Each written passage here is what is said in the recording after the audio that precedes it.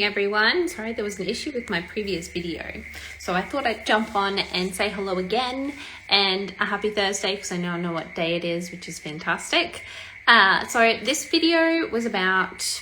sick leave and should you take it when you're in a workplace bullying situation. I guess for me the answer can be yes and it can be no, but I would always err on the side of caution with sick leave because I've used it to my advantage, but I have also used it to a point where there wasn't any left. So I think you need to find the right balance, and my recommendation would be if you're not feeling 100% and you're having some mental health issues with either workplace bullying or you're just not feeling it for that day, then it's probably not recommended that you would go to work because you're not going to give your all, and it's probably not a safe way to kind of go into the workplace because you can make mistakes and depending on your line of work, it can have some really severe negative impacts and consequences. But in saying that, you also don't want to go too far and use all of your sick leave, because then you may go into the annual leave if you have annual leave, or you may have to then go with leave without pay, and it gets a little bit messy because then you feel like you have to force yourself to go to work because you need the money. So my recommendation in this situation, and obviously you have to look at your own situation to determine what the right decision is for you, but I would always recommend potentially taking maybe 1 to 3 days off as sick leave and giving that time to be able to make an appointment to go and see your doctor and ask their opinion of tell them what's happening, what you're feeling, and also make sure that if you feel like you need to go on medication, that shouldn't be a bad word. It's just, and I didn't want to go on medication for a long time, but it's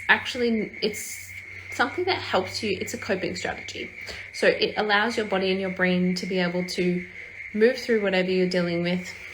and be able to come out the other side. So it doesn't always need to be a long-term coping strategy, but it is one that's available to you.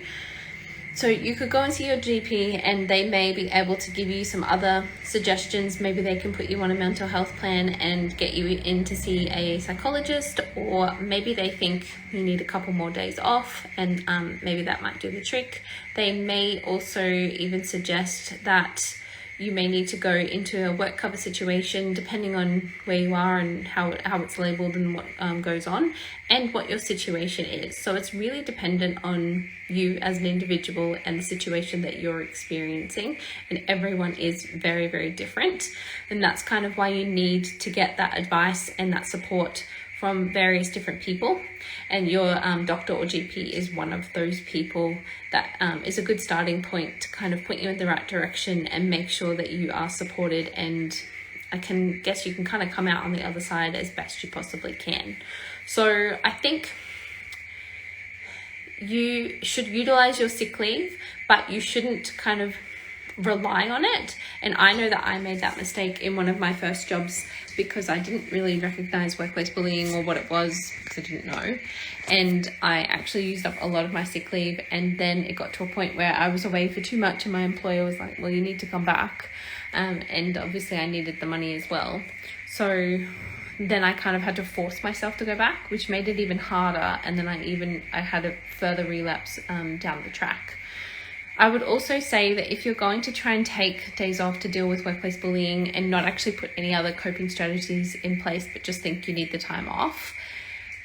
sometimes going back after time off is even harder than going through the day-to-day with workplace bullying. We all know that the weekend can be quite hard to come back from, so your days off. It's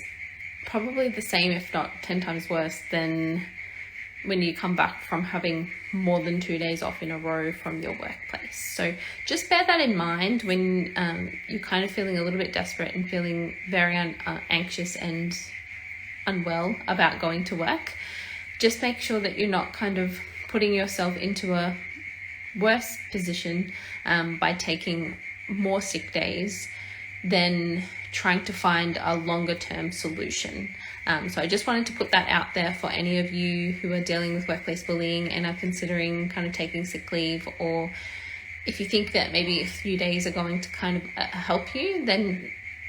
consider it, but also consider that you may need some further support and some help to be able to work through whatever you're going through. And I'm a prime example. I didn't know what was going on. I thought it was just because I felt I didn't feel quite right and it would kind of blow over, but it didn't. So